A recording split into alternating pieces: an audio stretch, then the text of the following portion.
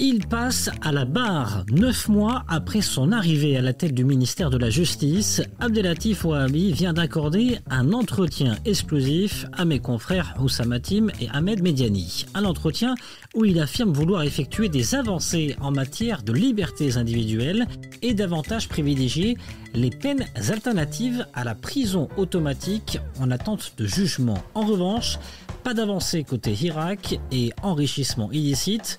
Alors que retenir de ce grand interview? Les défenseurs des libertés individuelles sont-ils conquis? Passage au scan. Je suis Landry Benoît, vous écoutez le Scan, le podcast actu de Tel Quel, et ce lundi 6 juin 2022, je vous propose de parler justice. Accusés, levez-vous, c'est le titre à la une du numéro 999 de Tel Quel. Au menu, un entretien avec le patron du PAM et ministre de la Justice. Abdellatif Ouahabi s'exprime sur de multiples dossiers. Il y détaille notamment les grandes lignes de la réforme du code pénal. Que dit-il? À quoi s'attendre? C'est ce que nous allons voir dans cet épisode du Scan avec mon confrère Oussama Tim. Et puis en deuxième partie de cet épisode, je recevrai Sonia Terrab, cofondatrice du collectif 490. Elle réagira aux déclarations du ministre et nous dira ses attentes vis-à-vis de la réforme du code pénal. Bonjour Oussam. Bonjour Landry. Comment était Abdellatif Ouahabi lors de cette interview? Fidèle à son habitude, ce qui le caractérisait en fait en tant que député, en tant qu'avocat, et était ressenti dans son discours de ministre, c'est cette dimension politique, cette charge politique, mais aussi cette vivacité dans le propos. D'ailleurs, il n'a esquivé aucune question, il a répondu à toutes nos questions, sans vraiment pratiquer une certaine forme de langue de bois habituelle chez nos responsables politiques, à part sur certains sujets qui étaient pour lui sensibles. Quel sujet, justement ? Par exemple, la libération des détenus du Hirak, c'est un sujet important pour lui parce qu'il était à la fois membre du comité de défense lors du procès tenu à Casablanca, mais aussi parce que c'était un des grands engagements de son parti et de lui-même pendant la campagne électorale. Et en début de mandat, il avait déclaré qu'il allait remettre une requête de grâce royale avant de se rétracter quelques jours plus tard. Donc, il n'était pas suffisamment à l'aise pour répondre à cette question-là. Oui, d'ailleurs, ça se ressent. Il n'était pas très bavard dans cette partie-là. Et il dit finalement que ça ne dépend pas que de lui, ce dossier-là. Ça dépend de plus haut.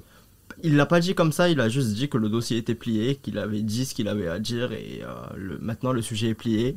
Donc, on n'en saura pas plus pour l'instant. Alors, Abdellatif Ouahabi annonce également dans cette interview travailler sur la réforme de la justice, notamment sur le code pénal, avec une date, octobre prochain, pour déposer ce projet de réforme. C'est une réforme en profondeur à laquelle on doit s'attendre? C'est en tout cas ce qu'il promet lui dans cet entretien-là. Il l'a annoncé à plusieurs reprises en disant que s'il n'y avait pas cette réforme globale, il ne serait pas dans ce gouvernement-là et que ce gouvernement a suffisamment de courage pour changer les choses, notamment le code pénal. Et sur les libertés individuelles, Abdellatif Ouahabi promet du changement. Il ne le dit pas clairement en termes de phrases, mais il y a cette phrase même qu'on retient de cette interview.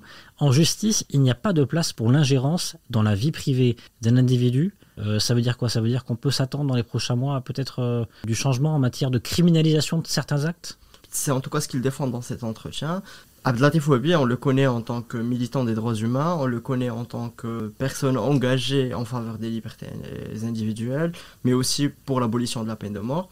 Encore faut-il que ces engagements-là soient reflétés dans le texte.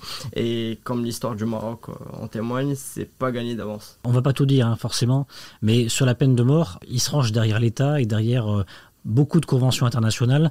Quand vous lui posez la question, Oussam, une de ses premières phrases, c'est « Il s'agit d'une décision de l'État, il y a des interactions entre différentes parties qui devraient mener à un résultat. Il se peut qu'il y ait des développements à l'avenir.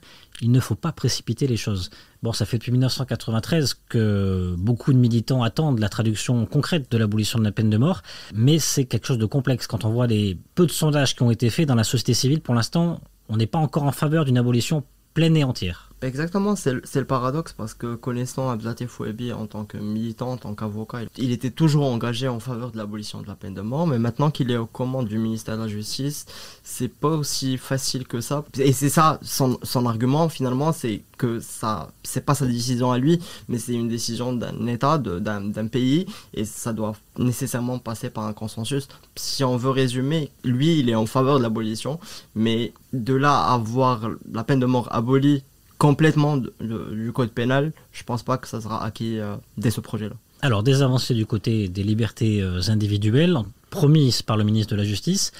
En revanche, Abdelatif Ouabi est plutôt inflexible sur l'enrichissement illicite, Oussam.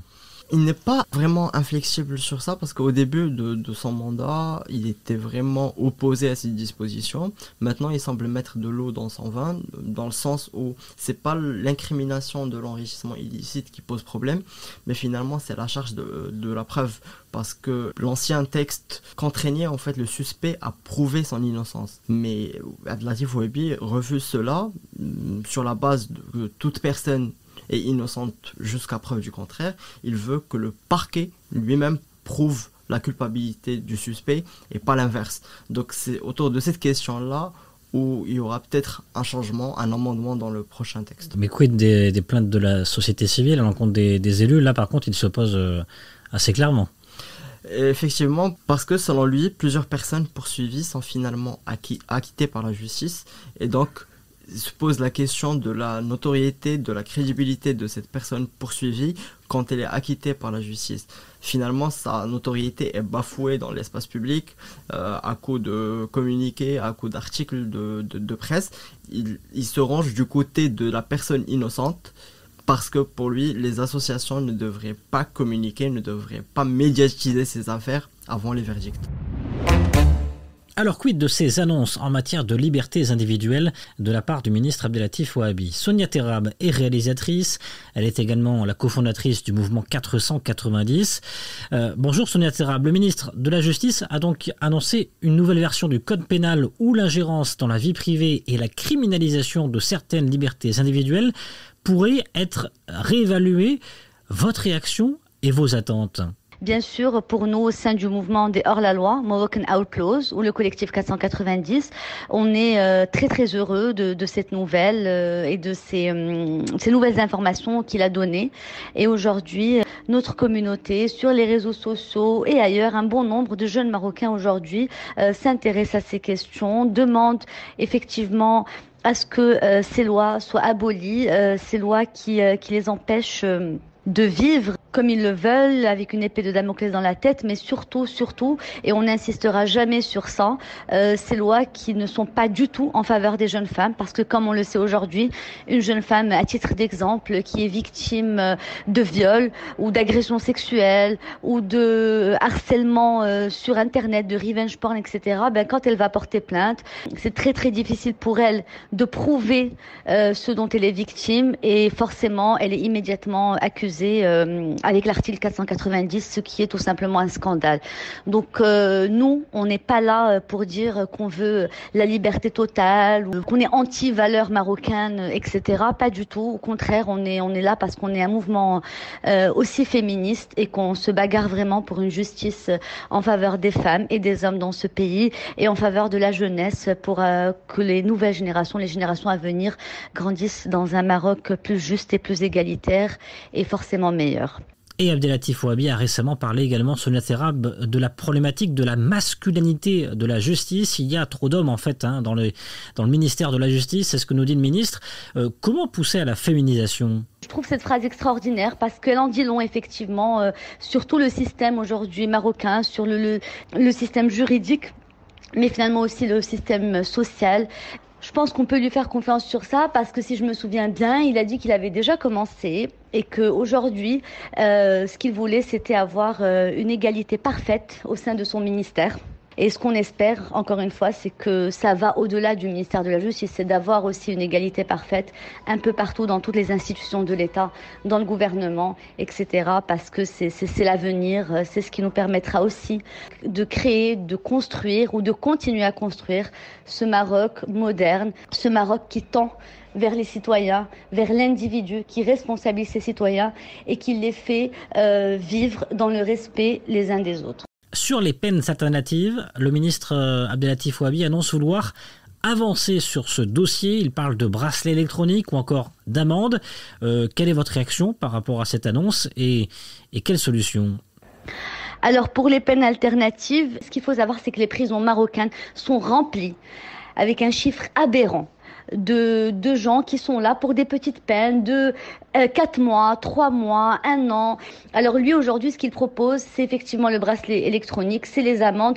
Oui, pourquoi pas ? Parce qu'en même temps, on le sait très bien qu'un jeune aujourd'hui, un jeune de 16 ans, de 17 ans, ou quelqu'un qui n'a jamais commis de délit de sa vie, ou qui a fait une erreur, ou je ne sais quoi d'autre, ces jeunes-là, ou ces personnes-là n'ont rien à faire en prison, parce que quand elles vont en prison, non seulement ça détruit leur vie, ça détruit leur avenir, mais ça peut aussi les endoctriner, ça peut complètement leur faire changer de chemin de vie. Et aujourd'hui, il propose aussi, au-delà du bracelet électronique et des amendes, il propose aussi des punitions civiques, comme balayer les rues, faire partie d'une association ou travailler pour l'intérêt public. On trouve ça très très intéressant.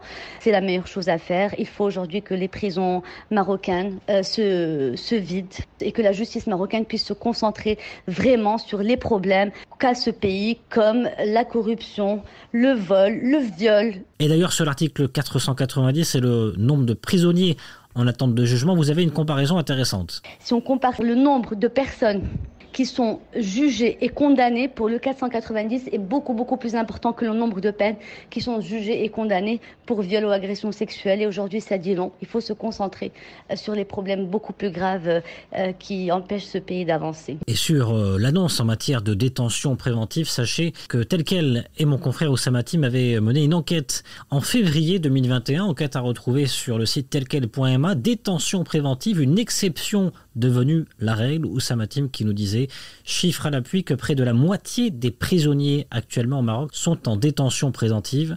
Cette mesure exceptionnelle en théorie est malheureusement trop utilisée par les juges dans la pratique. Elle pénalise donc de nombreux Marocains privés de liberté en attente de leur jugement. Et les derniers chiffres, à fin 2019, démontraient que près de 34 000 individus étaient détenus en préventif, soit près de 40% de la population carcérale.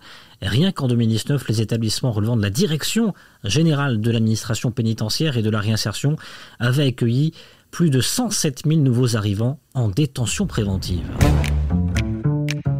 Le Scan, le podcast d'actualité, c'est fini pour aujourd'hui. Réalisation Adam Al-Arshawi. Et n'hésitez pas à vous abonner sur le site telquel.ma et à nous retrouver chaque jour du lundi au vendredi sur toutes les applications de plateformes de podcast et de streaming.